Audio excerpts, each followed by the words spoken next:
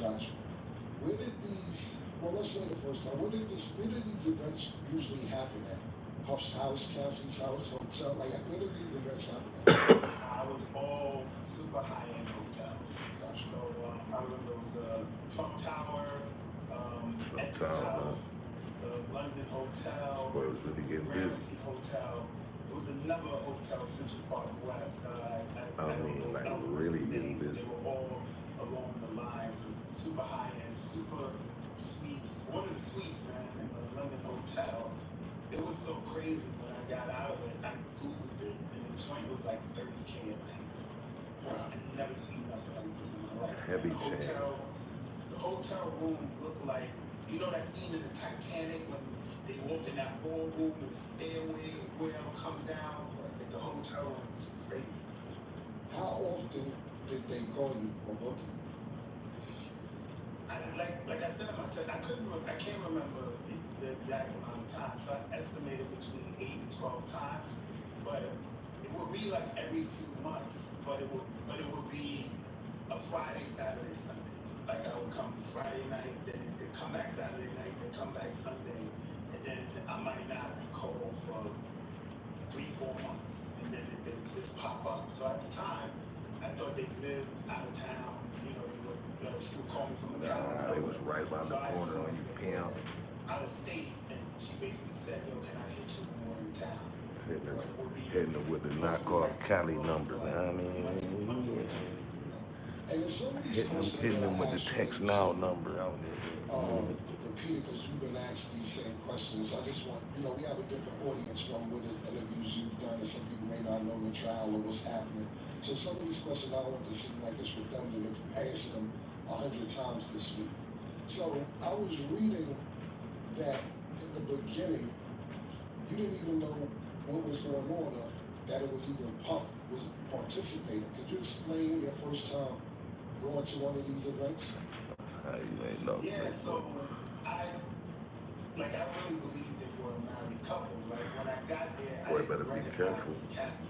Like, you don't want your parents exploding. Honestly, when I saw it, your house, I thought she was making good. Yeah, like if I was on a pen, I was like, yo, I think she's making good, but then when I looked on the Google, making good was much thicker. Well, how did you get Megan Good mixed up with a Cassandra, with a Megan Good, like Good Hernandez. There's no way you can make that mistake. How you get a black girl mixed up with? I couldn't really figure it out. So, and then when she said her husband. Hey, don't forget, leave some love in the chat, man. It ain't gonna cost you nothing later, not to be a hater, and leave some love up in the chat. Drop a like, run the likes up. Subscribe on your way in. Take time to subscribe. I ain't got all day. I ain't going away. I'll be right here in your algorithms all the time. You might as well just go ahead and subscribe. So hold on real quick. It didn't start with Puff in the room. Nah, it never started with Okay. It would only be me and her, and she said at some point her husband's gonna walk in, and I'm not supposed to acknowledge him, look at him, act like he's not even in the room. Right. Sound like so we'll be like on the couch, like sitting on one end of the room, and then like on the far end of the room there'll be like a table and a chair, and eventually he'll come in the room and like sit in the area across the room, like watching, and we're supposed to act like he's not there. How often, probably not how often, how long did it take until you realized that it was Diddy? Bro, like, I want to say like over a year. Get the fuck out of here. A whole year? Why? So let me, how long did, okay, let's this nigga lying. Let's stick to that for a second, but how long did you know until it was Cassie? So the minute I found out it was Diddy, that's when I knew it was Cassie. So it took a year for you to find out for Cassie as well? Yeah, yo, I didn't recognize it. Like, when I jumped out of it, I did try to do the Google searches. Like, I wanted to obviously, he said he thought she was Megan Good, so. A married couple. Right. So So every result I'm getting is not leading me to the right places because they're not married. Gotcha. So then, and I never found out what a visual cue. It was a hotel, the Ex's house, and I would get there, let's say, 2 in the morning. Sometimes nothing would pop off for hours. So they got you just laying around waiting on the freak off, my boy. And just to kill time, I happened to turn on the TV, but sound like light-skinned nigga activities. I'm just gonna sit here and wait on my time. And I'm like, yo, this is crazy. I had no idea. So that's how you found out that it was Cassie and Diddy by just cutting on the TV and seeing waiting his time. Wow. I see also in the transcripts that you would say that it was just a sex scene in the beginning. No intercourse. How long until you had actual intercourse? What was happening in the first few sessions when there wasn't any intercourse? What was you doing? Nah, it was only the first session. Okay, so 10 times, one time it was only not intercourse the first time. And it was awesome, though, but I was so chilling. Like this wasn't my husband, right? So I'm really in there thinking this is a married couple, and they want to do some voyeur sexy scenes. So we did the sit up on the couch with the baby all rubbed down or whatever, and then at some point, jumped up. I didn't know it was him. He left the room. She left the room to talk to him. She came back like, yo, that was perfectly happy, good. And then she said to me, yo, do you want to finish? Meaning, I guess, do I want to bust a nut out? You know what I'm saying? And my first example, I'm trying to be professional. I'm like, nah, I'm good. Like, if y'all good, I'm good. This ain't about me. And I just left. She did say, all right, well, when we get back in town, we want to hit you again. Is it okay? I'm like, yeah, I just got 2K to rub down, like a super bad chick. Whatever. So I'm not, of course. That can't be too bad, my boy. But it was offered to me the first time, and I actually turned it down. So it's being on some session. Was baby oil mandatory? Mandatory. Yeah, you got a baby oil, that's mandatory. I've seen also in the transcripts that you said it was just supposed to be like a sexy scene, meaning that Puff will tell you to move the candles a certain way, or tell her to move the candles a certain way for lighting purposes for his visual. Could you explain that? Yeah, so, when I first got in there, she made it clear that this was a scene we were setting up for her. Okay. So, it was like couches, all the furniture in the suite was covered in sheets. Oh, you just setting up Everything was covered in sheets. Oh, you just setting the mood, huh? You just getting it. Like a big sofa. We were supposed to sit on there and kind of, I put the football on myself, supposed to do the same. And at some point we'll rub it on each other. And we do, get that baby oil poppin'. But you could tell, Right. like we're like in character, like one of them corny Cinemax movies. You know what I'm saying? Like a sexy do a Cinemax movie. Cinemax So after dark. After malarkey. And then he's across the room, the room's dark, everything's candlelit, and he'll say like, yo, move a little bit, yo, move the candle, I can't really see, or move the body. And he would never talk to me, not one word to me, only to her. And if there's instructions for me, it goes to her and she tells me. So it was like a real scripted kind of routine, and it really went like that every single time. What you want him to give you directions, my boy? Without directly talking to you, but telling her certain things. Wow. Did you want him to give you the directions, my boy? Oh, boy. I've seen also in the transcript, well, I actually heard you talk about this, that Puff will have the Muslim mask on and be naked from the neck down. What was whoa, the boy spanking off in the kufi? What's going on? That was like 3 years. Not in the kufi. It's already weird knowing that it's just coming in the room, But, I'm messing with the chick. Looking at you I'm all. seeing all this risky. So, it's extra crazy. Because he's actually at the corner of my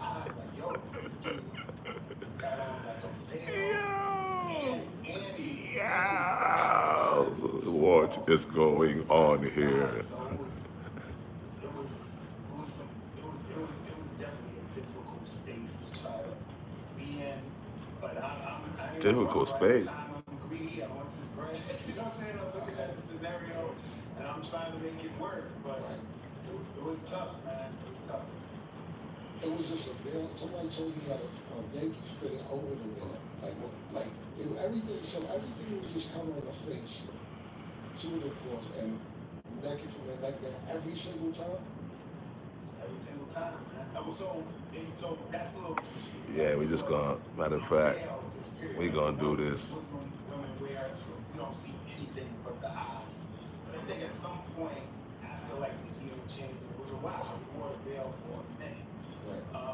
I think they might have figured out, I saw the TV, at some point he just changed to an interesting. So at some point he dropped the veil, and I guess maybe he saw the TV on, you know what I'm saying? Like, cut the TV off, turn the TV off. Only figured it out, so he stopped wearing the veil, like, rocking it. Right. I've also seen that you say when you and her were doing what you guys were doing, he would be pacing back and forth with a bottle of Astrogod. Yeah, man. Every time, you know, it was obviously something he was into in terms of visually watching it. So what was being done with the Astrogod though? Oh. I guess he's using it as lubricant to beat off. You know what I'm saying? That was, you know, he's pleasuring himself during the action, so I'm obviously he's using that for lube. Do you consider Puff a cuckold? Yeah, I mean the whole time that's what I thought it was. Right. Right. Yeah, I thought it was. It's because you keep using the word voyeur. This is cuckold activity. Yeah, we gonna step it up to cuckold. So I'm saying voyeur because that's what you said. Right. When I came, you know why? Because they count. You know why?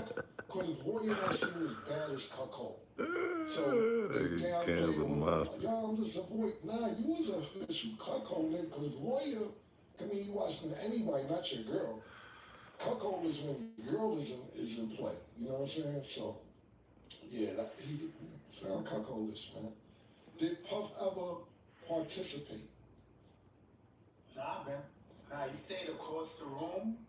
You know, like I said, at least I could give him that much. The closest he got to actual action, like it was one time, all the stuff, almost every session happened in the living room, but it was one specific one where we got moved to the bedroom, me and her. Mm-hmm. So in the bedroom, he's in a closer proximity because he's walking around the bed. And at some point, like almost at like the strip club, he took like a stack of 100s, just threw it on the bed while we was when me and her was having sex, and we both was like, what's going on? And he was like, nah, I'm enjoying this shit. Were you recently injured you're making it rain. So you're making it rain. Why the bro getting their cheeks beat? It was like dump on these niggas, pause, because somebody give me. Like Carnell and Mace was on some pretty shit, and Nori and Lamar Doug was on some hard shit. Mace wanted to let niggas know, oh, you think we ain't got none of that with us, niggas? You crazy? I dumped on niggas, pause. Not saying, no beef, man, because I'm on niggas, but kind of dumped on niggas. I let like 100 clip off one of them niggas, man. And different, son.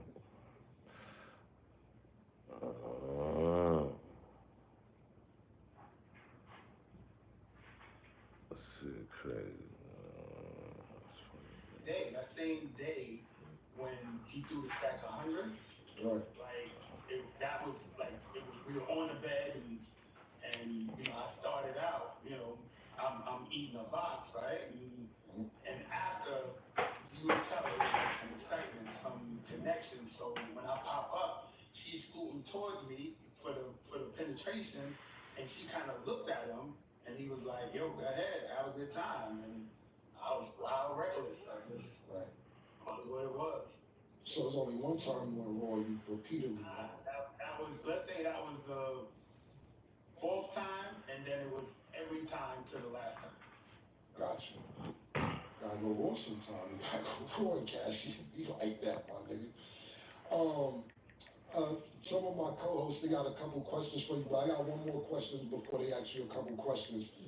We hear about 50's baby mom, Daphne, being involved in some of these things. Did you ever fuck Daphne, 50 Cent's baby mother? Nah, every time I was called or involved in any way, it was only Cassie. All right, cool, man. Hey, my man Larry, Sheree, you got a question for me? Get ready to wrap this up. Sheree, you've been great, man, and thank you for participating. A couple more questions before we get you out of here. And also, we want to talk about your book before you go as well. I appreciate it. Yo, what's good, fam? So, my question is, you said on the first night, that she asked you if you wanted to continue, and you said no. So I'm asking is, she wanted to continue. Was Puff there? So basically I'm saying, did she want to do it without Puff? So when she came back in the room and asked me, her actual words was, do you want to finish, right? So, I found out later, finish meant me busting nuts. You found out later. Yeah, Fuck so out of she here. offered, but like I said, I just turned it down. And if I'm keeping it 100, part of the reason why I turned it down is because I was struggling to get my joint up and go in the direction anyway, because I only got on the veil. I don't know who it is. He's pacing back and forth. With the kufi on. Get in that zone anyway. Diddy pacing back and forth with the kufi on, like, take that. I'm Yeah. professional or whatever, but at the same time, I don't think I could have finished if I wanted to. But he wasn't in the room with you anymore. He wasn't, but what I would assume would have happened was she would have said, do I want to, and if I would have started, he would have walked back in. Kicked in the doorway, then the fall. He threw a stack of money on you. Were you able to keep that money? Was that the most money that he threw on you? Was that like, you said it was a stack of hundreds, like, how like you said earlier, 1,200 to 2,000. Was it more than that, or was that the 1,200 to 2,000? Because when I think of a stack, I think of like 5,000, 10,000. Nah, it wasn't a stack. It was, I believe it was 2,000. And honestly, I thought that was a day I was going to really make a lot of bread, because the 2,000 got thrown on the bed, was put to the side as soon as we was finished. It was handed to me. So I was hoping then she was going to come, because she would come at the end of the night and pay me again, and that'll be an additional money. But that 2,000 ended up just being the money I got. So it wasn't like a super payday of a session. So yeah, I just pretty much got my money in advance, you know. I got you. My last question is, when all this kind of came about, you know, there's this history now of Puff being really violent. Were you scared to testify? Are you scared of retribution? Are you like was that an issue for you to go testify? Yeah, I mean, it's something you have to consider, right? But look, what I understand is the details of what went on. Obviously, they're going to be embarrassing. You know what I'm saying? In terms of what happened in those encounters, and you know, I got to testify to what happened. But the truth of the matter is, I don't feel like I was biased or let's say, threw him under the bus, right? You know, none of my testimony is saying she was abused. Like, you know, there was aggression, there was, it was not consented. You know what I'm saying? She was under the influence of the drugs. So that's just not true, right? Like, everything seemed in the right mind. Everybody seemed cool. All my communications and everything was on point. So me testifying my actual facts actually probably benefited the defense. To this day, I'm still not exactly sure why the prosecution wanted me to testify. For real. So I felt like as long as I go up there and say exactly what happened, again, there's going to be an embarrassing element to it. But I don't think I don't think my testimony seemed biased as if I was trying to do anything other than telling the truth. You know what I'm saying? Not like I gotta give him that. Things, you know what I'm saying? To go out of my way to put him in a bad light or put anybody in a light other than what the facts were. Hey, And my other co-host, PT, got a couple questions. Yeah, what's going on, family? Question I wanted to ask you was, when she first told you, in your first encounter, when she hit you and she told you it was for her husband, as you progressed and kept going with her after these dates, at any point did you think she enjoyed it as well as Puff or more than Puff? So there was only one time where I can, I testified to it also, where it was clear to me that I thought she enjoyed it, and that was the first time we were in war, and he threw the money and stuff like that. Because, you obviously, we fellas, we must be chicks, you know the mannerisms when it's a connection and when it's not, right? So, but I could say that's the only time it was overtly, I thought, and this is my perspective, that she was enjoying it. The other times, it was clear it was acting, we were putting on a show.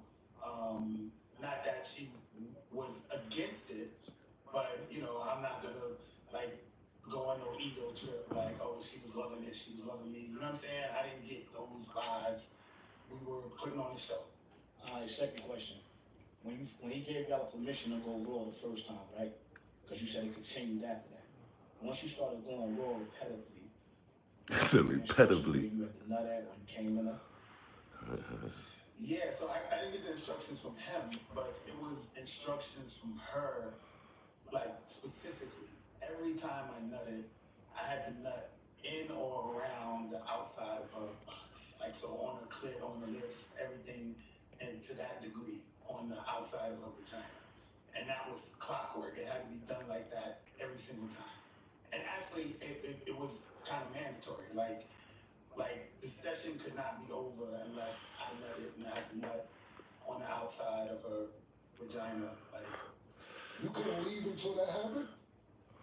Yeah, that was mandatory. It was that gotta happen for the session to be over. And those instructions that she gave you, they came from him or they was from both of them or just her? I mean, like I said, I only ever spoke to her. Mm-hmm. So instructions came from her. Okay. Y'all good? Yo, Ray, man. So before we get you out of there, tell us a little bit about your book. Yeah, so the book came up in the trial because I talked about the story, the situation in the graphic. I didn't name no names. My book was actually written before it, but it's called In Search of Freezing Me. I picked that name because I was in the Caribbean with a chick. So we was messing around in the water, and I got brick, and she reached down and touched my joint and said, "Yo, call this freezing me." So I kind of stuck with it, and it's about as we get older, hooking guys up with the peak horsepower, and it's inevitable, right? As we get older, we start getting erection issues. So me being a stripper, being in this sexual life, and then getting erection issues. That's saying all this was 14 hours ago. You know what I'm saying? My whole flow of my sexuality. So I went on this quest to correct it, and the correction ended up being a penile implant, which is the best decision I ever made in my life. It sounds wild. I'm telling you, if your joint ever completely stopped working, you'll consider it. You know what I'm saying? So I kind of wrote a book to tell dudes that at the end of that road, there's options. Most erectile dysfunction is mental. There's not even nothing wrong with you physically. And I basically wrote a book for dudes that are suffering or start to suffer. It's a self-help book. Kind of gives you information based on funny stories. It's not like medical jargon. It's real funny, entertaining stories that give you solutions and remedies and what to do and what not to do to kind of get back on point. And it came up in the trial, so it's being clowned. I wrote it to be humorous, but it's real serious, useful information in there. People buying it. I hit a #1 bestseller on Amazon. People write me. I got dudes DMing me because nobody I bet they is. about it, right? Everybody taking a pill. Everybody using some sort of enhancer, but nobody got a problem. So we know that's not the case. And I just decided, I kind of put myself on blast, put it out there, but it was solid on at all. It was super unreliable, and that's emasculating to the next level. All Absolutely. Let me ask you this: since all this been going on, has the price went up? Niggas been hating you? Is it like niggas? Are you in demand right now? Like how? Yo, dude, it's crazy as town. Yesterday's price is not the day's price. Dude's like, yo, my wife, can I hire you? Like, it's for real. But my man, I ain't answering none of the messages, man. I just was investigated by the feds. Like, I'm good. I'm tired. I don't want no. I bet, boy. You better sit your ass down, boy. I ain't trying to get set up. I ain't trying to. Dude, I'm good. Nah, that's what's up. Yo, Ray, I really, really appreciate you coming on the show. Talk about what you got going on for the future, and I wish you nothing but the best of luck from another Harlem nigga, my nigga. Man, I appreciate that, bro. Thanks for the opportunity. Nah, anytime, man. Good luck to you, and keep killing these bitches, man. Place. This is not a safe place, man. When we come back, we got my man Sin City on the line. We're gonna get into more with Talk with Fleet. We'll be right back after the break. Oh yeah, man. I'm just saying, man. Freezer meat, son. Out of all the stuff you could have named your book, you named your book Freezer Meat, son. What the fuck? Anyway, we're gonna get back to our regularly scheduled program. Already in progress. Yeah, we back, man. There's a lot of details. I don't know, man. Shit crazy, man. Shit crazy. I don't know what he got left. They called the feds was in his house. Feds was in his house. To me, you know, I'm gonna keep it 100. Like, it sounded like he not saying everything that he want to say. It seemed like he tried to be politically correct, and he said, "Look, I don't want my car getting blown up. I don't want my door getting kicked down." That's the vibe I got. So he's playing it very safe to be like, I'm not going to. I seen some of his other interviews, Nancy Gracie, and then I made sure I knew what I was talking about before we interviewed him. And this the meanest the same every video. Y'all not gonna get my car and house blown up. I don't care who's doing that. The only thing I didn't agree was when he said for the 8-9 months he didn't know those. Yeah, I'm not gonna say that. Yeah, that's garbage. 8 months you just come on, Yeah. that was the only thing I was like, Yeah, but I'm not disagreeing with you. I'm just gonna play devil's advocate. If a nigga getting booked in these hotels, because he was seen like he was more impressed with the hotels and everything else. But if a nigga getting booked, he didn't mention that. But I seen another interview. He was saying that he was only stuck in $200 each time he looked there. So if he's getting $1,200 to $2,000, you making like a 1,000% come up from what you originally want. Y'all wonder why he kept showing up. Well, he was only expected $200. He was getting $2 every time he showed up. And he was banging Cassie.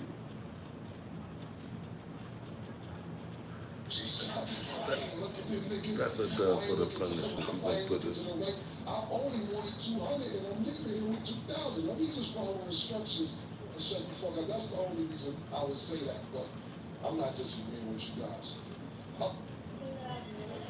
Yeah, that's $20,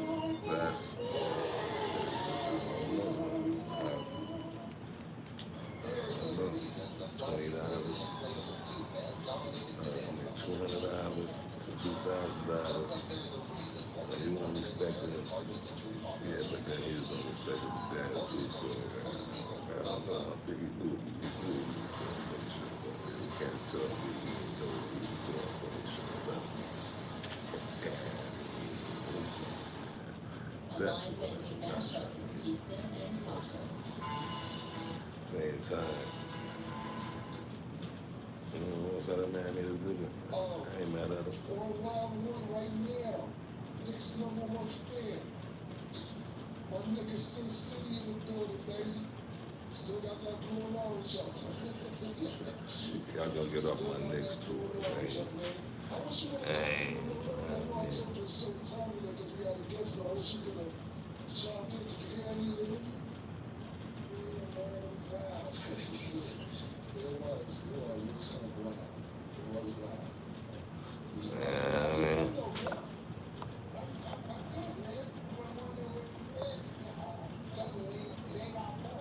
Yeah, listen, man, let me tell you something. I already told you on this podcast, they have been asking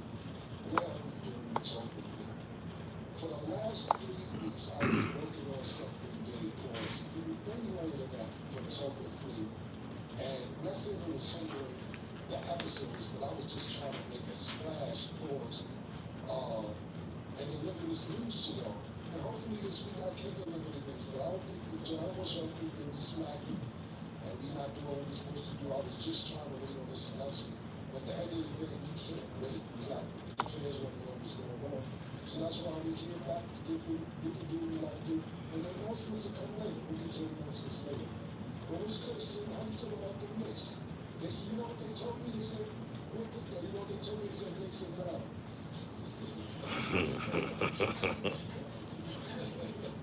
Knicks are now, baby.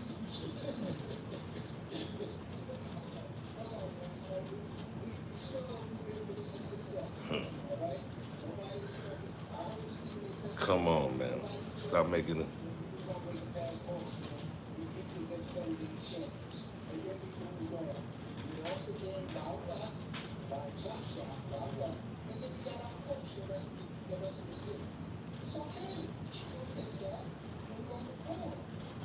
Listen, you ever heard of the saying, luck is the residue of desire?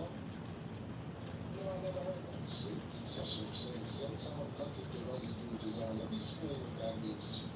That means you do all your practices, you work out, run your plays, hit your jump shots, take your foul shots, you do your drills. And sometimes it just takes a little bit of luck, because the other team or the other person is doing just what you've been doing. So it takes a little bit of luck sometimes to win the matchup, whether it's basketball, football, soccer, boxing, swimming. Luck is the residue of design. That's what happened in that first game that you're talking about. But you talk about Stephen A. Smith saying what he said, and I seen that episode. Stephen A. Smith always talking shit. Stephen A. Smith always popping shit. Like he got bubble gum in his ass, boy. I'm not a Nick Basher. I want confident. You got all kind of things you need. Just leave it alone. I'm coming. I'm coming back. And I'm going to get it. But all the big accident and everything, we had to make sure we're not supposed to hurt. So I just gave the nigga brand new Nick hat. I didn't want it anymore. Nick has one. I got to get out my house quick. I can't have that shit in my house with me. Yeah, I'm just going to. Oh, okay. Well, you know what? It's not hard. You told me to do it. I look at everything. I don't want it in my house. Just like maybe make a whole thing. I want this shit in my house. This shit, fucking AC and all type of shit. I gotta get sage before I go home and sit this morning. I'm gonna go grab some sage and sage the shit out. Shit should have been in my crib this morning. Yeah. What's good, man? What we got going on today, man? It's over, man. With the Hallie. Man. They said it's the holiday in there. How you doing, man? Free Diddy. Free Diddy. All right, Mark. I see you. Free the diddler, man. Give that man his freedom so he can get back to doing what he do. I need a remix. All he gonna do is come home and make a fly ass song about. I thought I told you that we won't stop. I thought I told you that.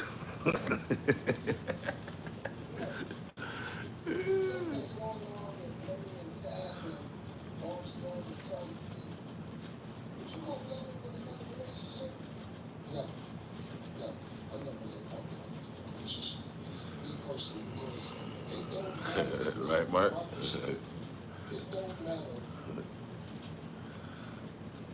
That's right, he's gonna come home and make a whole, see all them documentaries they made about him while he was locked up. Wait till you see what he do when he come home. I forget he got a production company, man. This man got a Bad Boy movie productions and all that shit going on. Oh, he gonna come out and do a whole Medea joint. now that we know that he be doing you know what I mean? Now he can feel comfortable coming out in his wig in his dress and do his whole Medea joint. I mean, because you imagine Diddy in the dress and doing his. I thought I told you that we won't stop. I thought I told you that we. What's he gonna be? Bro, it's gonna be some traction. So it's gonna be something good. Don't think, bro. If you think that he's gonna come home and don't do nothing about this, everybody's gonna be everything for a big surprise, man. A big surprise, man. Like, and I look, and excuse me.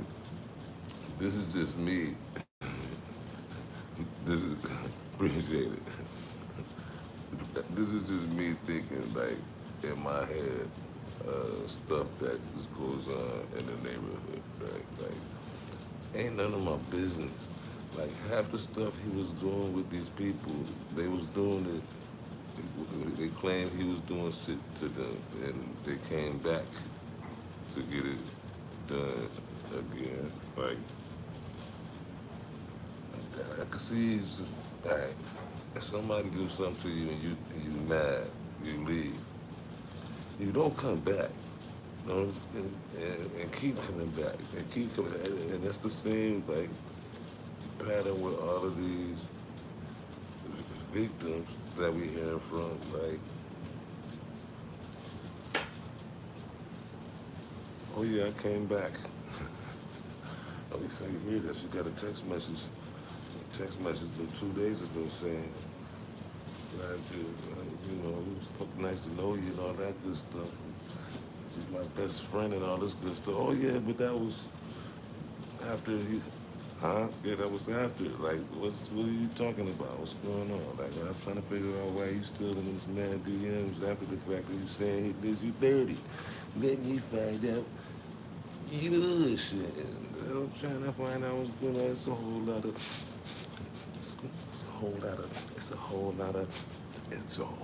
of fuckery going on. And we gonna get to the bottom of it. Yeah, right. What else we got going on? Okay, let me see what else I can find popping in the tabloids about what's going on. What's going on? Let's see what's going on. A lot of people been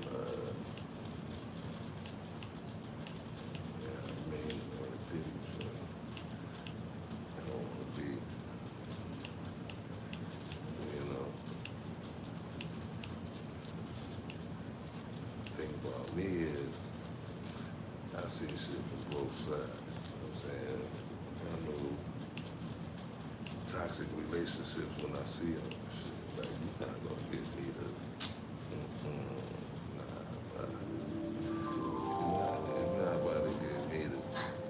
You're not about to get me to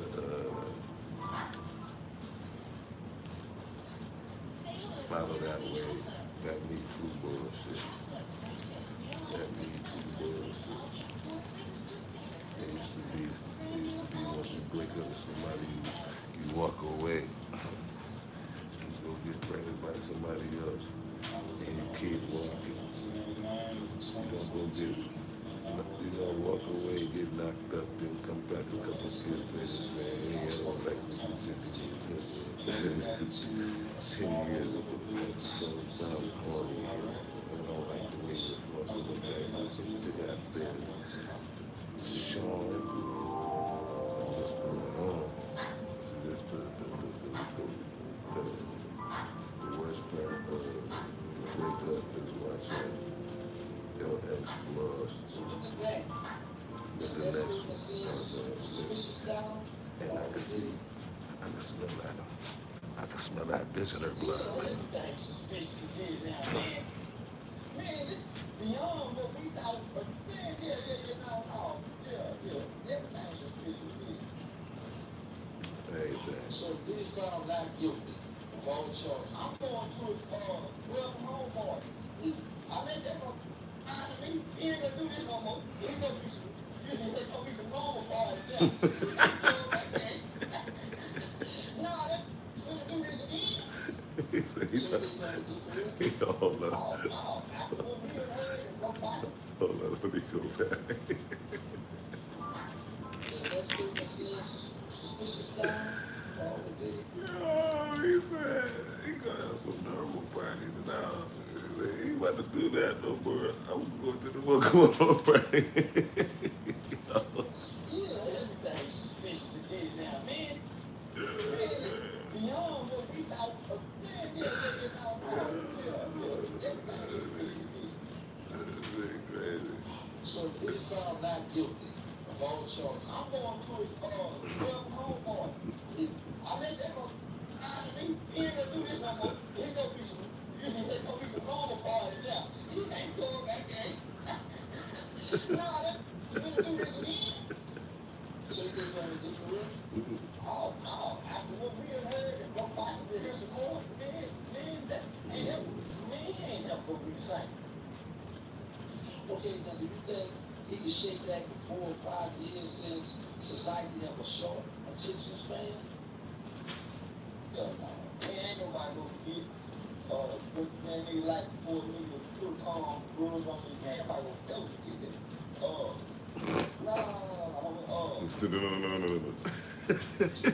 This was a well manufactured plot and plan to assassinate his image and his character. No.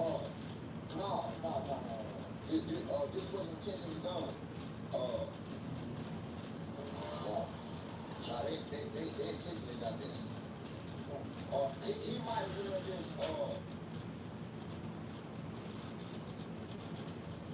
you can't come out through the ocean kid, kind of thumb your nose, yeah, he had to get in the form. Yeah, he had to get in the form. He can't return to the throne if you do win. This is humiliation. This is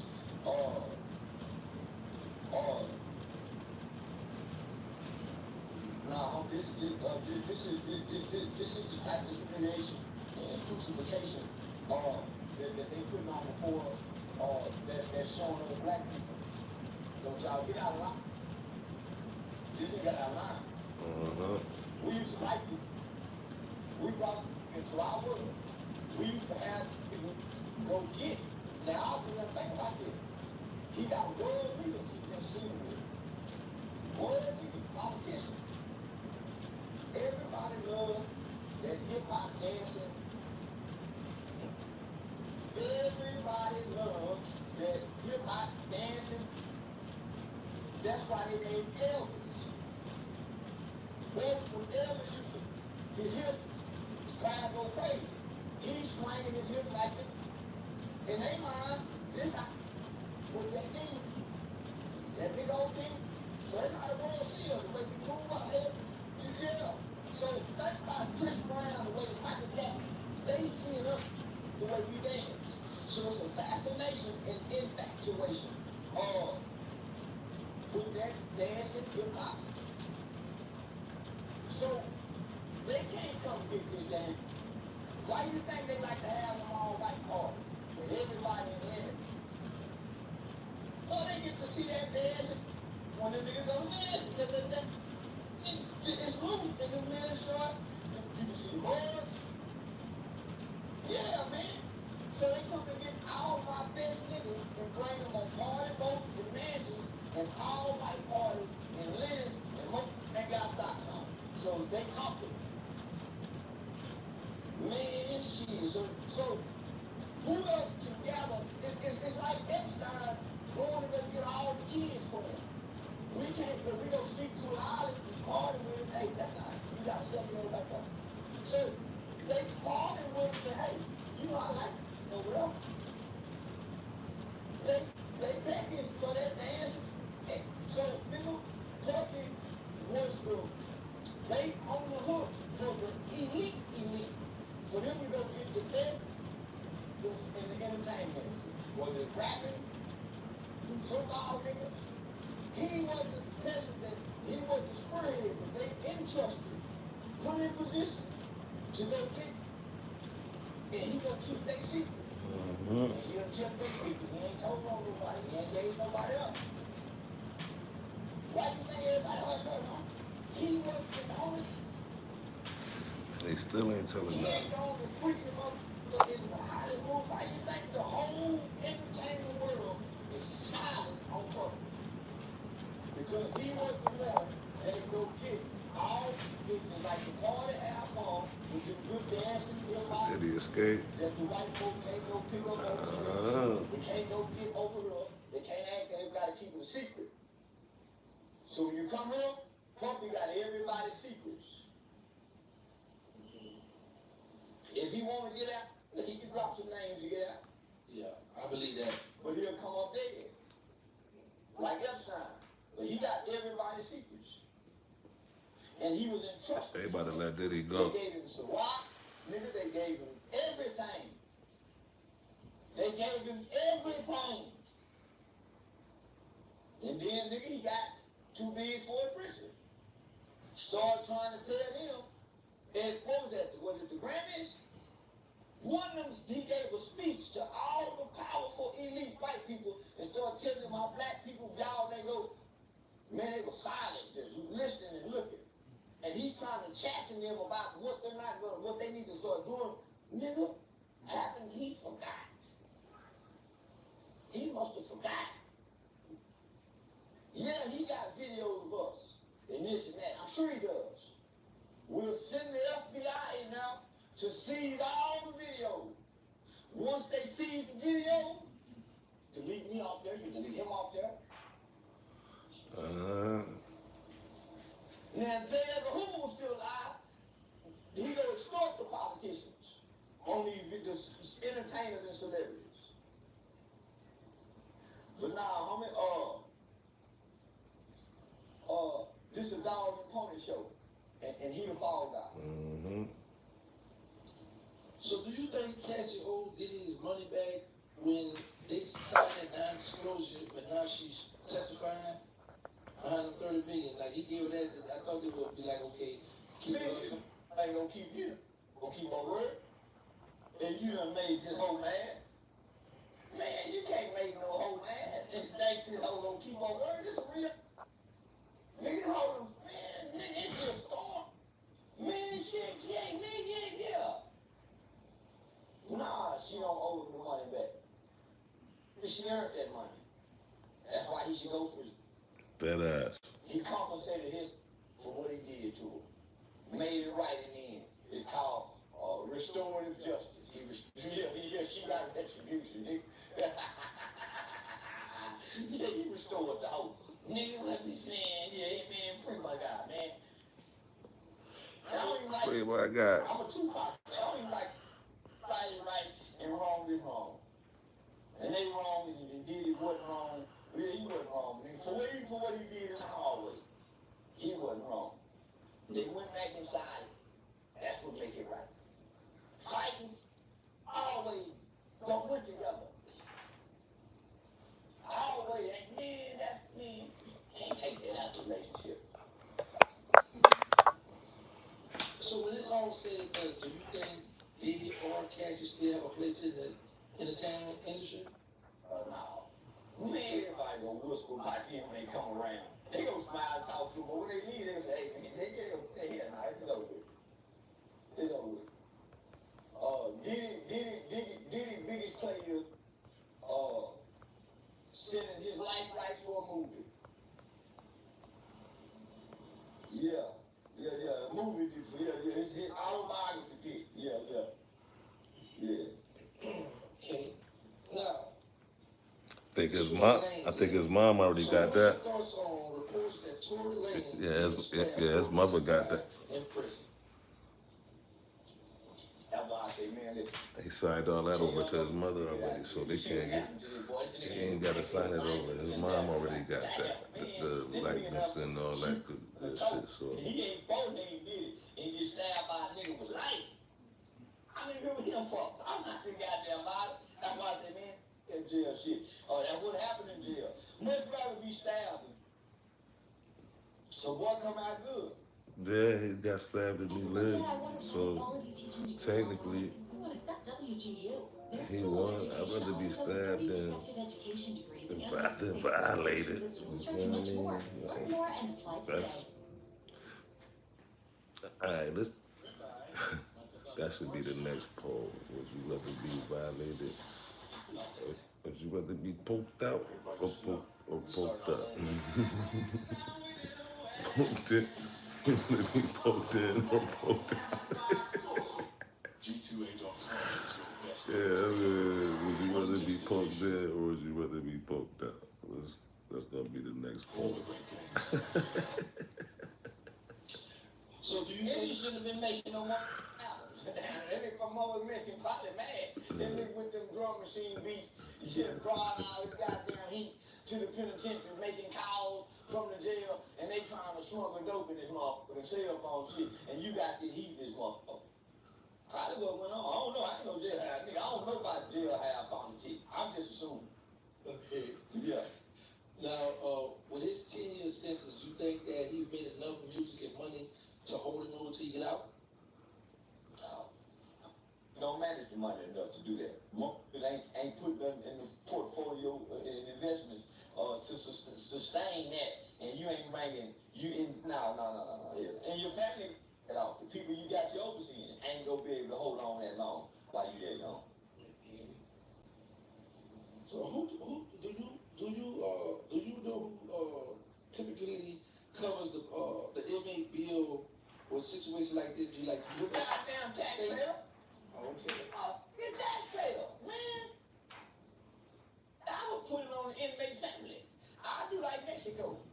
If you ain't got no money coming down here and pay your medical bill, you might die. If you ain't got nobody bringing no food, Mexico don't even feed their people the whole thing. I think the family got to bring food to the jail. Boy, shit, man. You know, the taxpayer is paying for that right now. Okay. That's crazy. So do you believe Tory was either talking for clout, or do you think it was a person just in self-defense, just defending himself against Tory?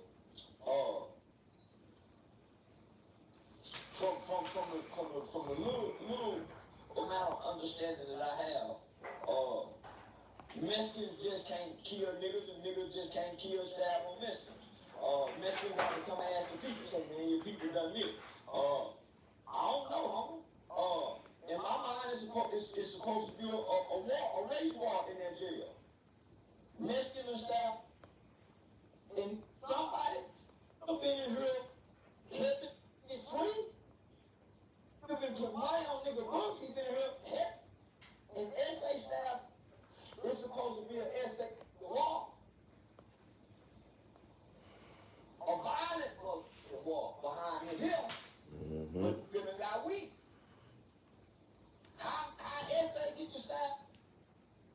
And all we hear about it, we'll go to the hospital. No SA go? Niggas let this happen? That's why I say, my nigga wouldn't let this happen. Unless I say, man, y'all chill, homie, it's on me.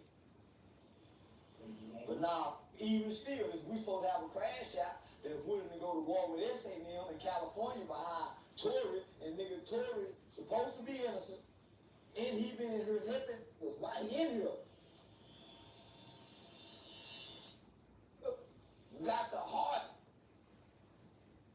What is that? That was a boat, man. Just in prison, and while he in prison, homie, he still got the heart to help people and help them get out of here. Put money on books in California. We see this one about Honorable. Yeah, they talk that protect Charles, protect this nigga. Nah. Could protect niggas come in, niggas don't protect niggas, nigga. They hurt niggas. Niggas will let the Mexicans hurt niggas. Niggas will let the white boy hurt. There won't no retribution be done. So, yeah. I ain't gonna say what I'm calling, but niggas supposed to be getting at them Mexicans. That's why I say, them California nigga, man, I don't even want to say that because I ain't involved in that kind of stuff. I'm an entertainer.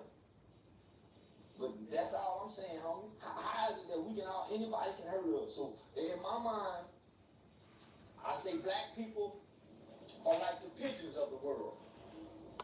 The pigeons have no way to self-defend themselves. Anything and anybody in any species on the planet can attack a pigeon, even a rabbit. Anything can attack a pigeon. We the pigeons of the world. Could an incident like this help his music career sales, or do you think it's going to boost his street credibility? He really don't have no street credibility. It just give people headlines and topics of discussion to talk about when you get out to ask them questions.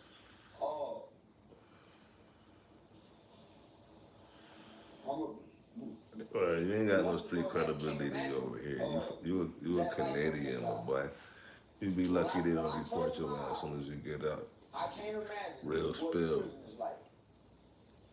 What stab you walk around with knives, and your life is on the line every day, and every day you wake up, it's danger. I can't imagine that.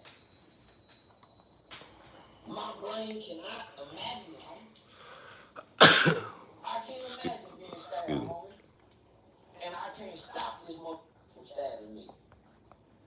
I can't imagine it. So,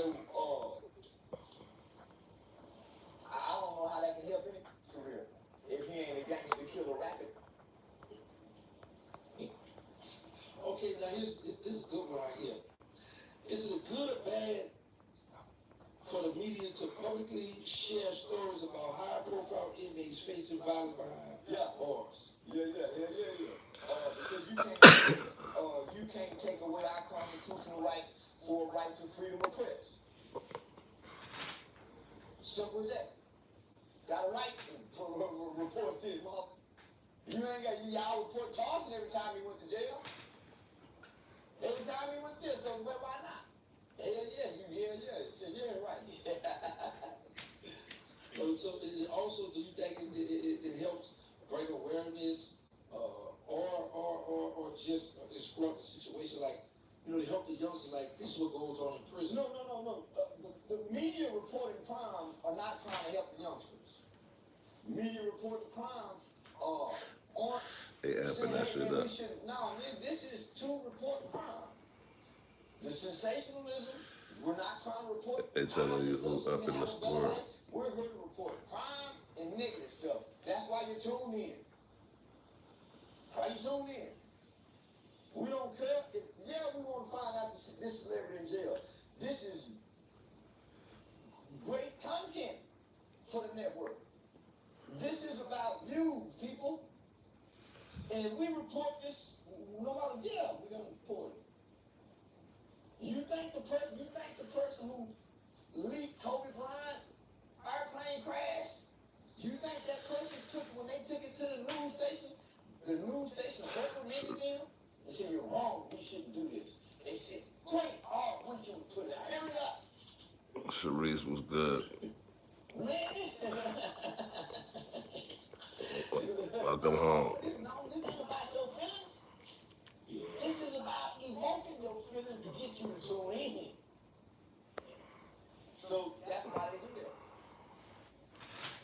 Okay, now, once Tory Lanez return to general population, do you think he's going to get special treatment from the inmates? I don't think he'll return to general population. Nah. I think most wardens and most leaders in institutions are smart enough and wise enough and are expert enough in this field to know that putting him back in population puts a liability on the prison because this could happen again.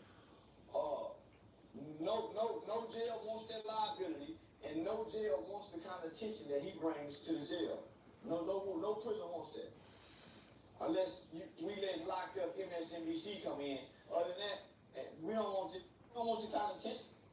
No prisoners want outside attention. No more than want a bunch of them looking at the prison. It's a fact. It's a fact. So now, then, to be forced, whether he want to be tough and go back out there wounded up, he finna go for his own good, for his own safety and protection. Mm-hmm. So what advice would you give Tory Lanez to help him stay focused during his time behind bars? Man, think of somebody you can tell on. I'm sure there's somebody in the industry you know to sell drugs and provide some type of narcotics to all the entertainers. Give some information up, Tory, so you can get out of there. Nigga stabbing on him like that. Nigga, come on back out here and sing. And then I hear your hair been growing. So then come on about it. But To come on about it. You know what? Tell somebody. Tell on somebody. Okay, now let's switch these gears again. What are your thoughts on the Met Gala and the symbolism or messages behind some of the costumes celebrities wear today? They let you know everybody coming to this here, this is the new Diddy party. But it's more clean. It's more, you ain't drugged up and forced over here. You gotta wear rubbers and condoms over here. Yeah. So this the new Diddy party. Why you think this word shit? These are that's in the closet. They come out the closet, but you don't see them come out the closet, but they in the closet. You know, with your real costume on, going to. If you was invited to like a Met Gala, would you attend?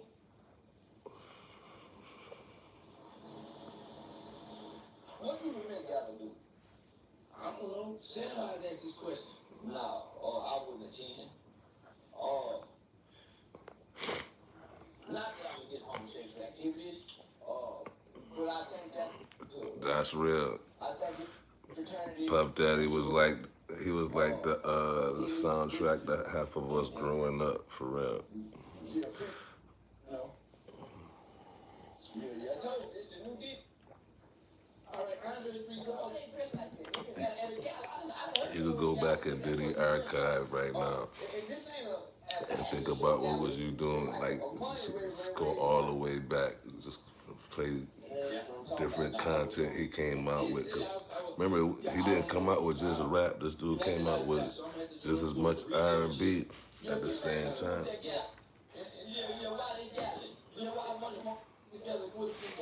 Don't get it twisted.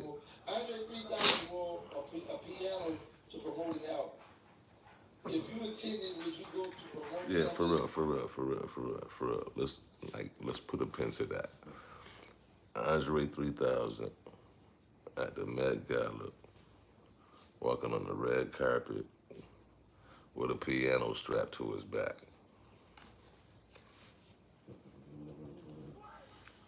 Come on, yep. What's somebody explain to me what is going on with the homie, man? Or make statement.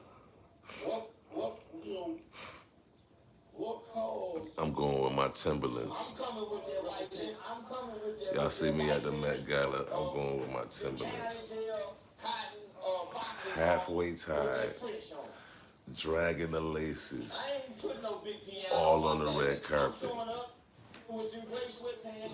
with some headphones on, listening to some hardcore, old school rap music, to the point where your face just screwed up.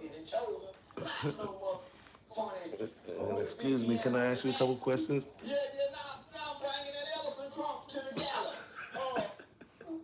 If I'm gonna bring costume, I'm coming with an elephant.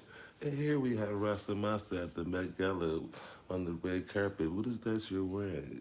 Yeah, I'm wearing a G-Man white t-shirt from the gas station. Wearing some blue jeans, regular.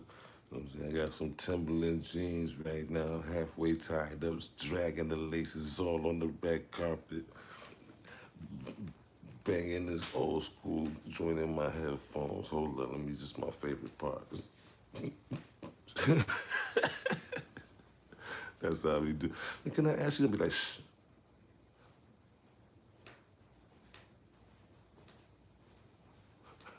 Can we ask you what you listening to? Shh.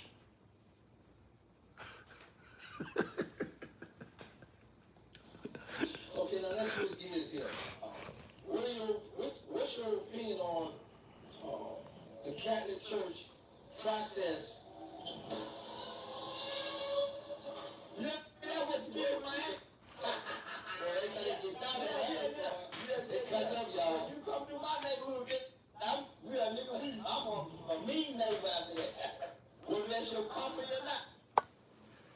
So, all right, let's ask this question again. What is your opinion on the Catholic Church process for selecting a new pope? Man, don't do me like this. Man, I can't love Catholic Church. Man, I don't give the Pope or them selecting a new Pope. Man, nigga. Man. I'm into the Catholic Church for. I don't give about the process. Man. Okay, why? Man. Man, nigga, I got me in my mind, man. I don't even know the process there. Whoever ain't fucked no babies in the last 10 years in the Catholic Church. Oh, man, now the Catholic Church is a sick entity. Okay, what about this? The new Pope Louis. In the past 10 years. So do you think that could bring fresh energy to the Catholic community being the first Pope from the U.S.? Man, that Pope from the U.S. Good ass no Catholic. What about you, mother? We about some Catholic questions. In the Catholic Church, in the lock-in before. A girl named Moby Evans out of Pebble Creek apartment inside the Catholic Church. I don't give a about the Catholic Church. They like, man, why they? Man, leave me alone about religion. He said, keep me out of that shit. Man, they playing with that Catholic. The Catholic Church don't do nothing. They don't help nothing. And they got a history over 100 years of little boys. Oh, the hell. About these people. Who goes to a booth and tell a man about their dark secrets? And this man and they're jacking out. What?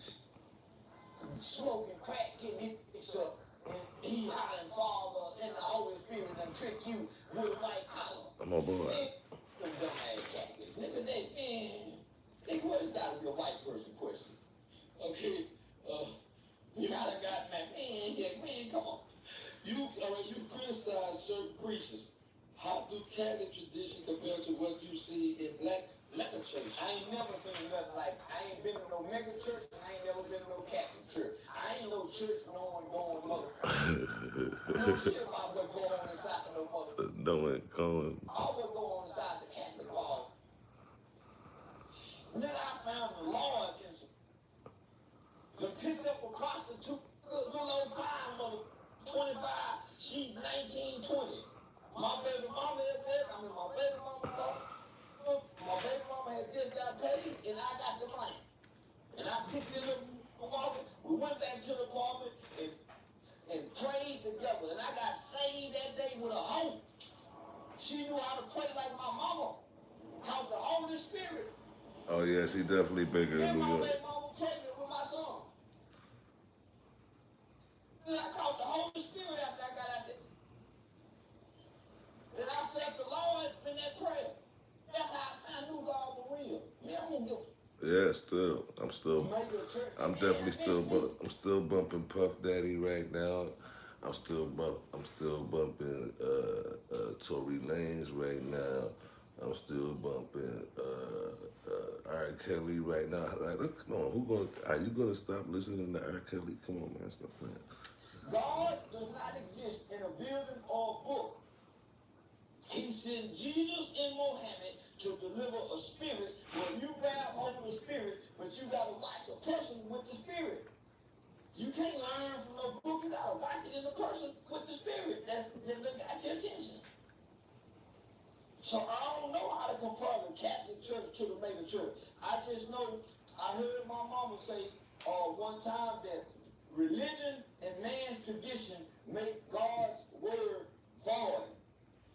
So the Catholic and all the religious organizations and entities that man made up. So I can't compare. All right, see, we got you a little upset, so let's switch subjects. He said we got you a little upset. You mentioned being on Capitol Hill.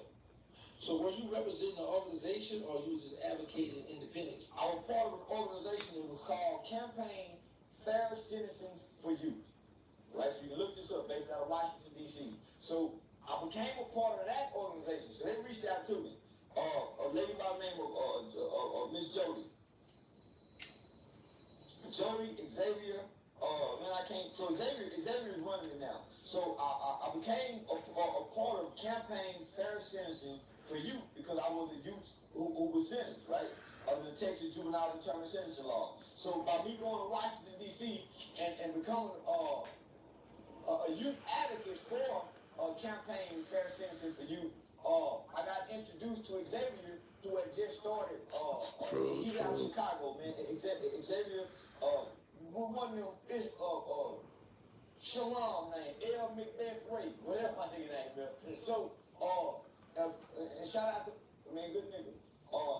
Xavier was appointed to oversee, run, and develop a national organization that was called ICANN, Incarcerated Children's Advocacy Network. So I was a part of those two organizations when I would go to Washington, D.C. So every year in November, they would have a national convening where all of the youth advocates throughout America, as well as people who once had juvenile life without parole. So that's how I got to meet Eric Brown, George Toker. So I got to meet all them people, homie. So that's how I got introduced to juvenile life without parole. So that's how I began working on these laws and legislation on a national level. In Texas, I had already been partner in working with the Texas Criminal Justice Coalition, Texas Care for Children, the Texas Juvenile Justice Department, working on different laws and legislation on trying to raise the age from 17 to 18, where 17-year-olds no longer going to the county jail where they're still handling as juvenile. So I was already working on state and local legislation. And it wasn't until the campaign fair sentencing for youth reached out to me. Yeah, man. It's just getting kind of. And then I started working. Charleston White been out here doing shit for a long time. Yeah, only recognized for the. Wasn't putting him up to For the it. I know his history with his We mom. gonna see what Corey Holcomb got to say.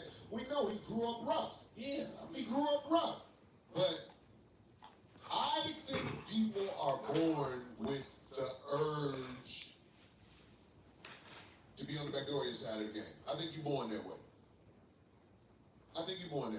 Now, I believe men have done some crazy stuff and then come around. But I'm saying, once you go there, you kind of got that jacket on your back. But I'm saying, most of the people who out here living that life, they were born that way. But I mean, I ain't trying to get away from the. It amazes me that you say T-Mac was above D Wade. Talent-wise, it ain't even close. What did T-Mac do in basketball? Just his scoring ability, his height, all his. Because his scoring ability and height. His attributes. Did he ever play in any finals? Nah. Did he ever play in any conference finals? I don't No. know. That don't mean he's not a better basketball player than you. Are you serious? Homie, let me tell you something. This is what the motherfucking coach named Herm Edwards said. You played to win the game. 100%. Homie, there's a lot of great players who played, but when you get to talking about who deserves statues and Hall of Fame stuff, it's winners. I'm with that. Jordan won rings because of Jordan. For sure, but Jordan is a one of a kind. On the wing, there's never been a nigga who was the most fundamental nigga and also the most athletic nigga in the world. Never has a nigga had both of those things in one life. Is Steve Nash a top 20 player in your eyes? 20 player? No. Right. Top 15 point guard ever? Yes. Oh my God. He probably like the 15th point guard of all time. I got Steve Nash. I mean, yeah, Steve Nash. And then did Steve Nash ever win something? Nah, I mean, he didn't win no championships. He got MVPs that was given to him. He was a great point guard. No, D Wade ain't number 3, y'all. D Wade number 3. I got D Wade as 3. I got Jordan and Magic over him. So You mean Jordan and Kobe? the only one you can put in there maybe Dr. J. Okay, you gotta do a poll. Maybe Dr. J. Hey, you gotta do a poll. Say that again. You got Jordan, Kobe, and D. Wade. I can't argue that. I can't argue that. See, I can't. Just do a poll. All that T-Mac and all that shit, man, them motherfuckers are selling incense. T-Mac is magic size, bro, with handles. And couldn't get to the conference final. Didn't he play with Shaq one year? No, he played with Yao Ming. No, that was he did play with Yao Ming, that's right. Yeah, he played with That was Penny Hardaway who played with Shaq. Hardaway was a 1, so that's why he's not in the argument. We talking about hoop skills, man. I don't really care about championships. I don't know what y'all talking about. I care about who can get it done. I got Michael Thompson. Not Michael Thompson. What's the dude with the Bulls from the 70s? Don't matter. That was Did Jordan he win a Title. chip? Thompson, what's his name? You got Charles Barkley as one of the top 5 forwards in NBA history. He's kingpin. He's not top 5 power forward. And we know Barkley was bad. But the power forward position and the 2-guard position are the most loaded positions. The point guard position and the 2-guard position, those are the ball handlers. Yeah, I mean, as far as like the amount of good players, point guard position is only 4 niggas. Magic, Isaiah, Curry, and The NBA Finals tip off soon on Hard Rock Bet. And right now, this bonus bet is a layup. If both teams hit a 3-pointer in game 1, That's gonna be a debate. That's gonna be going forever. Nobody's gonna, motherfuckers gonna be 1,000 years old. Talking that shit.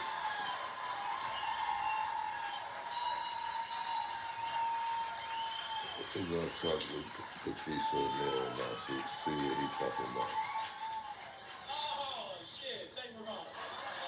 Yes. Look, man, try your best to have a good time. Try your best. I'm not saying have a good time, because that's not necessarily what's going to happen. But try your best. All right? I'm not no asshole, but sometimes I mess up, man. I try to love people, man. I swear to you, I'm a loving person, but sometimes things happen. Like, I'm watching, look, man, I'm watching the worst floods on TV in the history of America in North Carolina. And I'm watching the news, and they have rednecks on TV just,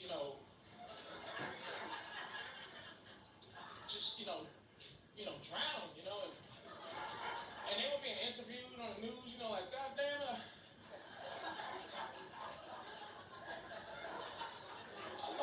I lost everything. We tried to stack sandbags about each other,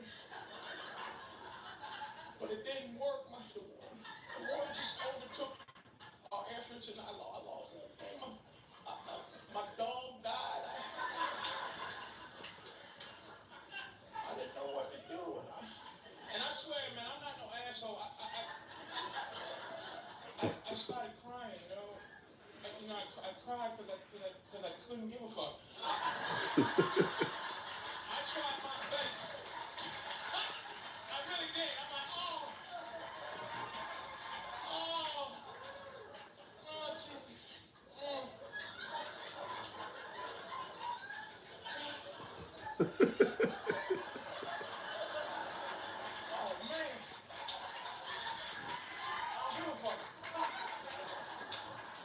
What's wrong with me?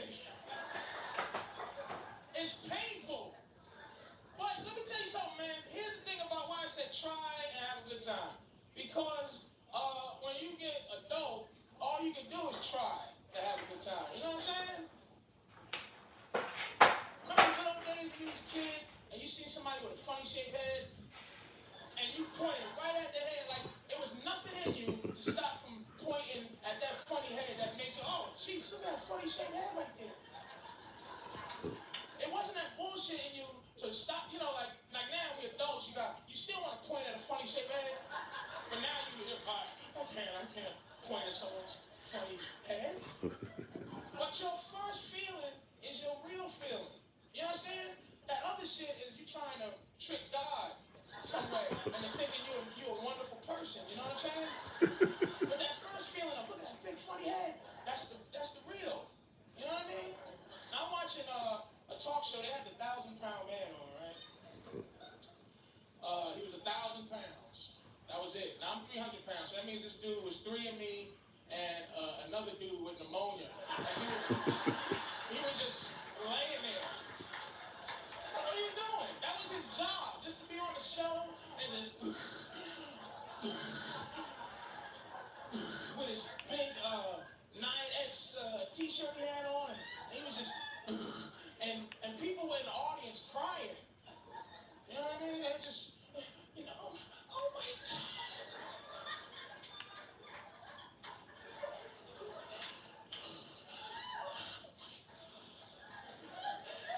He's 1,000 pounds.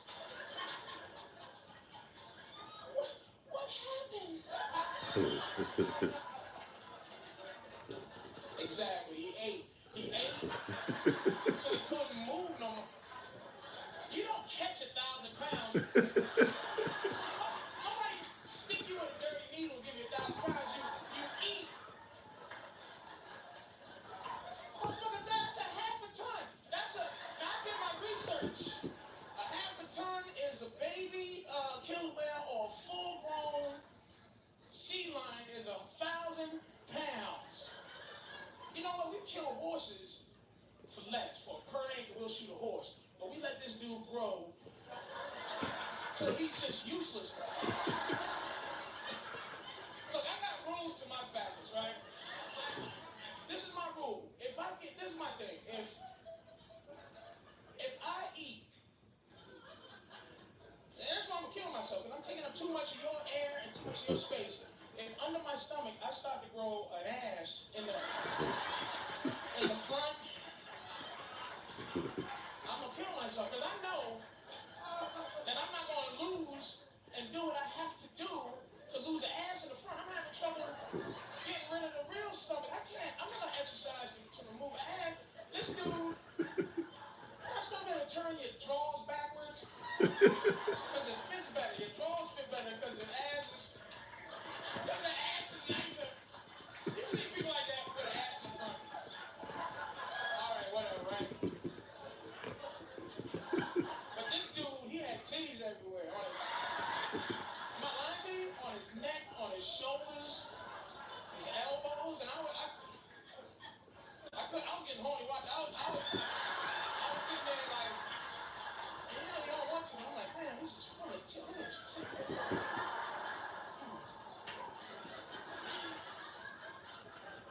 God is hilarious. He gave me a disease where I could die from all the stuff I like to eat. The doctor didn't go, Mr. O'Neil, if you ever eat Brussels sprouts and spinach again, you could die. Oh my God, no. All the shit I like, I could pass away from.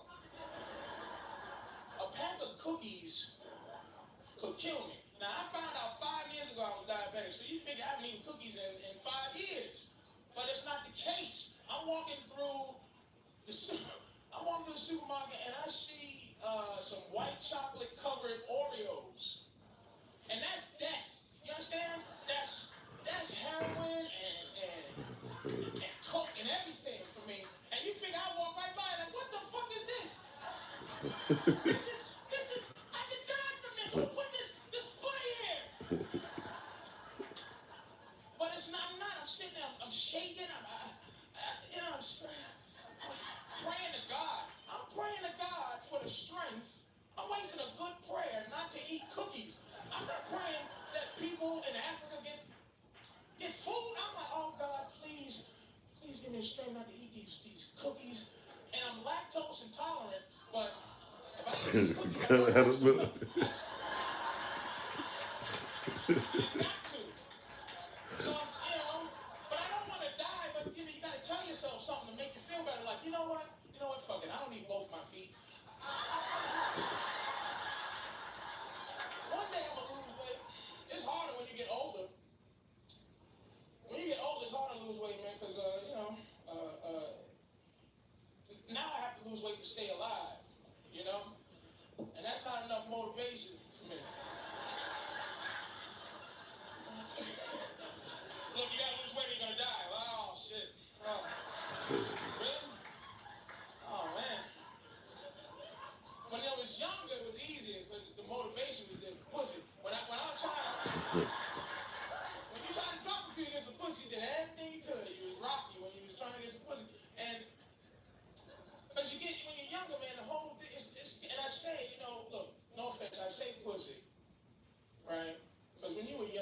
school, you wasn't trying to get, vagina. You was trying to get some pussy.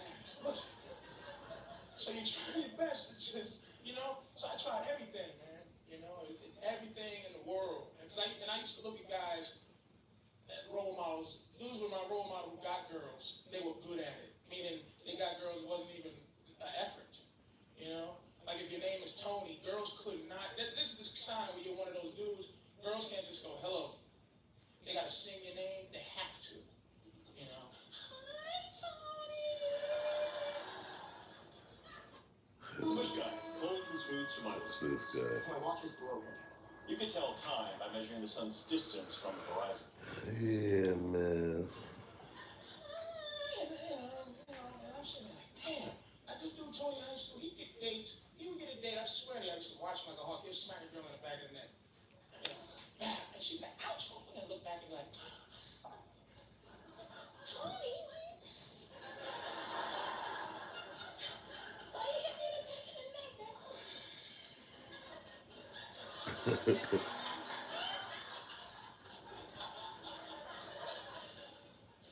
You want to go to the movies? Yeah. When you get paid. I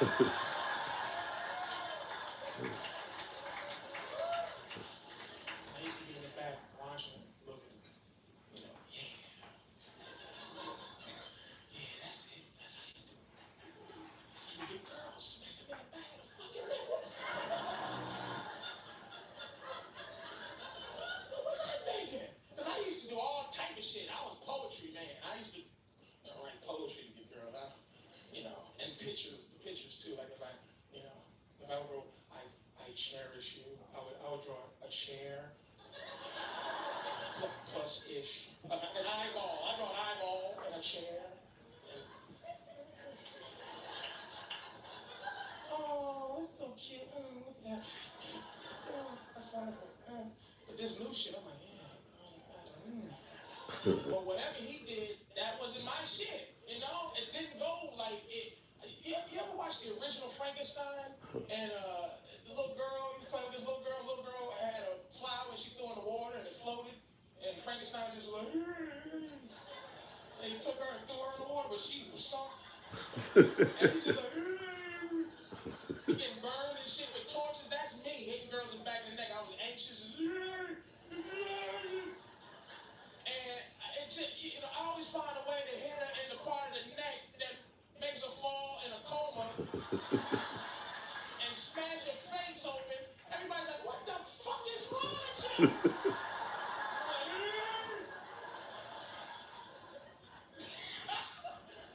Shit.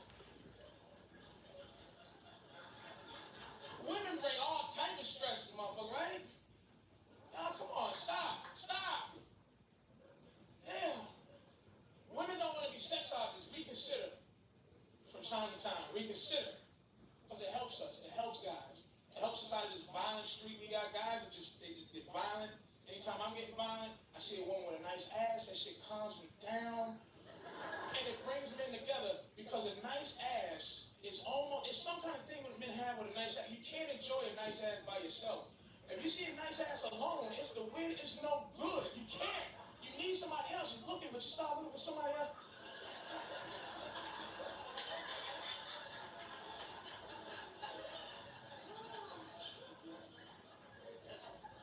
And I've been all over the world, man. White guys have a signal for nice ass. And it doesn't even involve verbal contact. It's just like, you don't want to talk to me, but you want to enjoy a woman's ass with me. So you're just very careful. This is the universal white guy signal for nice ass. Woman walks by.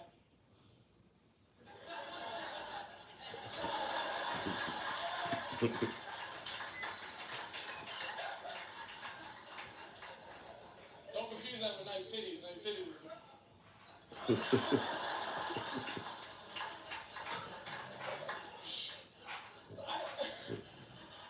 I turn into a ventriloquist when I see that nice ass. I'm like, God damn!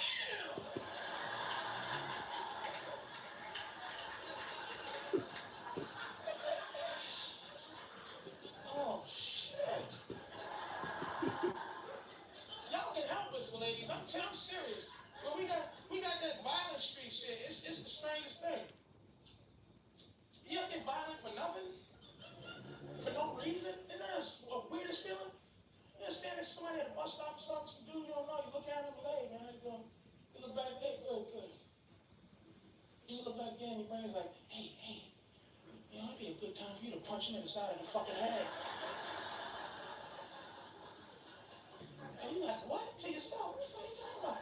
And you only want to punch him because he's standing there not ready to get punched. So you're just like, oh man, you gotta punch him in his head. This dude, he's disrespecting you, man. You know what? This dude ain't paranoid enough. You gotta punch him in the side of his head to let him know that there's people out there that'll punch him in his head. He's not even using his peripheral. You know what? He ain't even scared of you. You should punch him and let him know you gotta be scared of me, motherfucker. You don't just stand there and not pay attention to the fact that I want to punch you in the side of your head. You gotta be paranoid, people out there, man. You gotta look just like this. Don't let people guilt you into death. I see Arabs on the train, I watch them. You understand me? If they got bags and shit and they get up and walk away, hey, you left your bag, man. You left your bag, sir. You left your bag. What do you mean? You left your fucking bag. For real. It's garbage. So get your bag. Why? Because it might be a bomb. I don't trust you. Straight up. I'm watching you. White guys are good for that shit. Y'all are good for that guilty shit. That's your punishment. For racism, guilt. White guys are so afraid to be a racist. I'm telling you. You see a few black guys walking towards you in an area you don't belong in, run. But you can't run. See black guys coming out. I don't want to assume that these young men are going to beat me in my face. I don't want anybody accusing me of racism. So they got to wait to get beat up first before they can even think about running. My advice, run, get home, feel guilty, but be alive. Alive and guilty is a good thing. Because if I see 5 bald white dudes walking towards me, I ain't going to wonder if they got cancer. I'm going to go...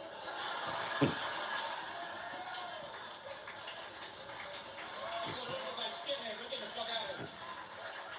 And I'm not going to come back, even if they pretend they got cancer. Oh, dude, oh. No, don't run, dude. We got cancer. We was all coming from chemotherapy classes over here, and they just thought we were strong enough to get in on it. I'm not running. I'm not gonna. No. Because that could be the old cancer hanging nigga trick. I go back, hey, you guys all right? Damn! Oh! I fell for the cancer hanging nigga trick.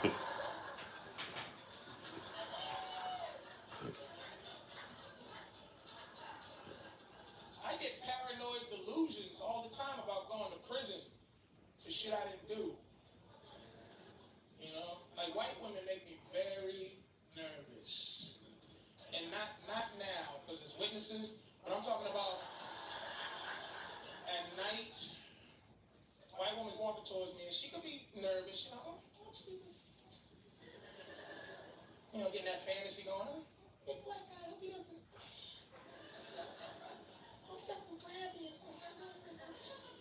And I'm thinking the same thing, like, oh, Jesus.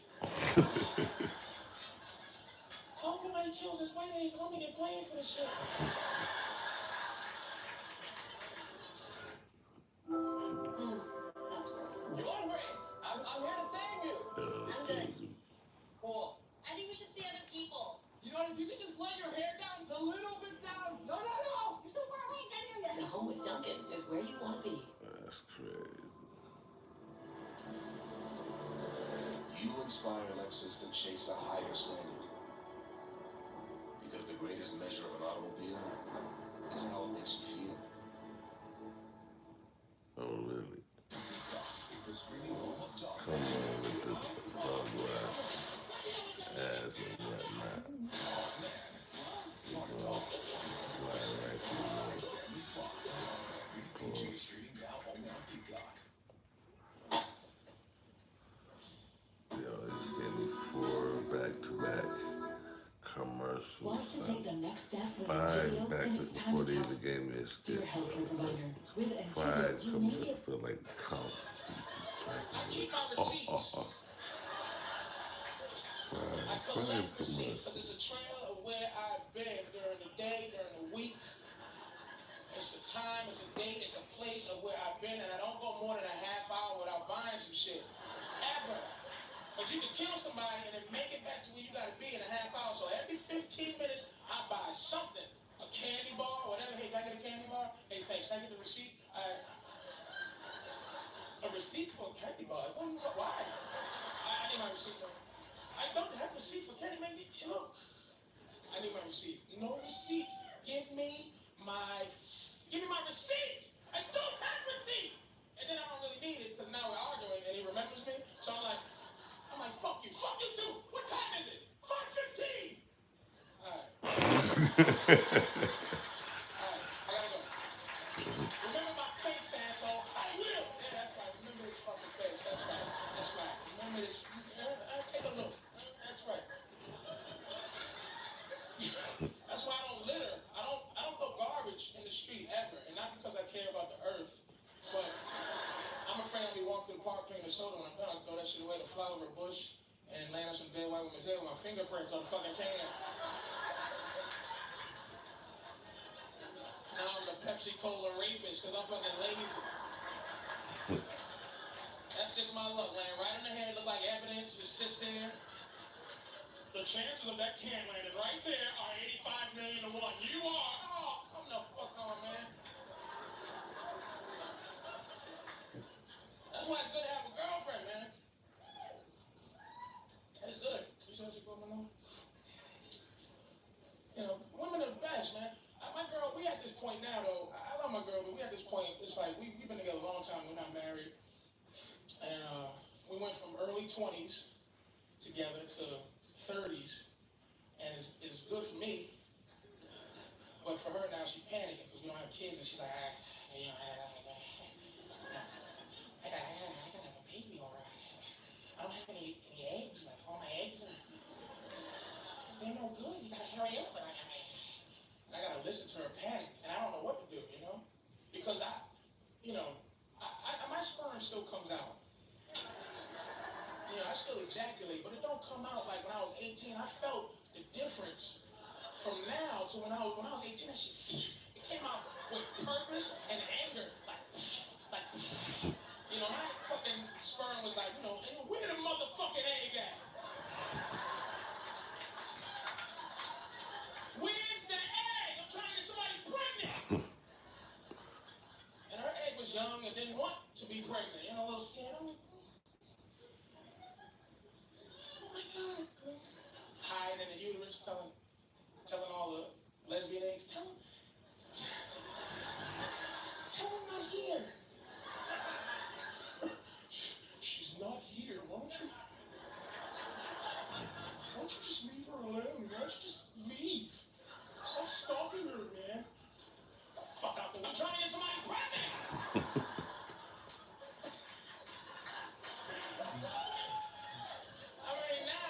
Come out, but I know this shit ain't like it used to be, you know, because now you see me, I ain't moved a muscle. You know, now shit comes out like, hello, 227, please report to the tip of the dick. Hello, 227, please report to the tip of the dick for attempted pregnancy, thank you. Now my sperm's like, hi, anybody around? Her egg is angry, knitting a sweater.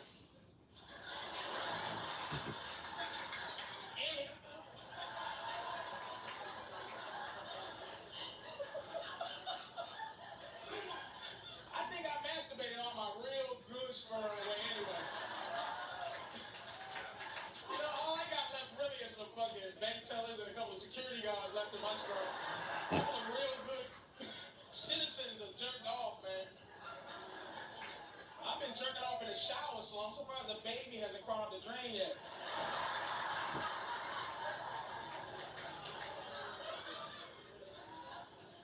Ever try to watch porn with your girl? Ever watch porn? Ever?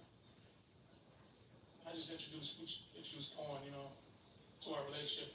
I watched her, and she watched mine, you know, the porn that turns her on, and, you know, it was interesting, you know, some woman's dove flew out the window, and the woman was like, oh my God, my favorite dove, and then there was a knock on the door, you know, some dude, you know, is this your dove? I found your dove, it was flying around, and it came to me. Oh my God, that means my dove came right to you, your aura is so low, come in. Please come into my dove room, and, you know, let it go, and it's all doves and shit flying in the room, and there's no dove shit, you know. It's a beautiful dove room, and there's a lot of slow motion shots, and there's a lot of wind. And I'm like, wow, you're like, wow, that turns you on? You're gonna love mine. Whatever, right? I put in my favorite tape, people fucking volume 1, and I put it in, hey, and she's just like, ugh, what the do you know these people? And I'm like, oh shit. And she's like, I gotta go. And I felt bad until we ended up having sex later on that night. We ended up doing everything on the tape, stuff we never did before, and I don't discourage her when she does new stuff. You know what I mean? She likes her nipples pinched really hard, you know. And she goes to reach for mine, and you know, I got, you know. But you don't want to give you no pump during sex pain. You want to take it, but you go, ooh. Don't do that. But this one was so violent, I couldn't let her do it no more. She just started, boom, flicking my nuts. Boom, boom. Oh. And I was trying to take it, but I couldn't. I'm trying to reach for stuff. Oh, shit. All right, stop. And it was my fault, right? But she saw the dude on the porno tape getting his nuts flicked, and he, you know, he enjoyed it because he had professional porno nuts. He boom.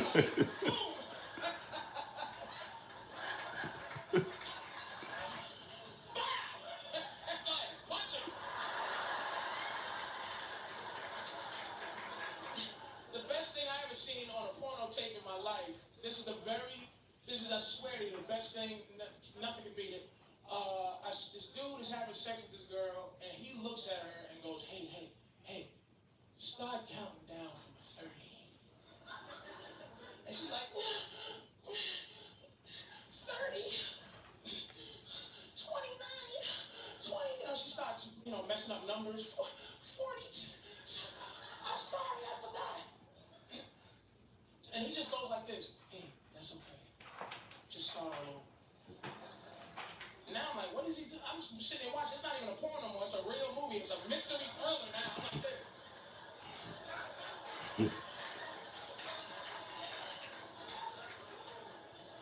And she started going 15, 40, 39.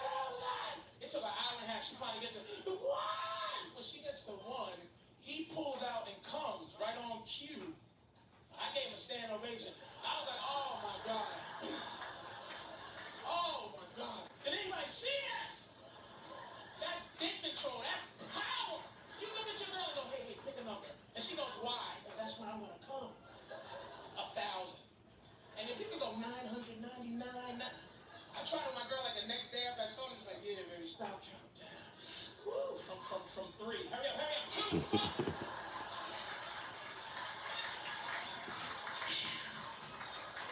I was magic, wasn't it? Hey, look, I gotta go, man. I'll take care of it. Yeah, man.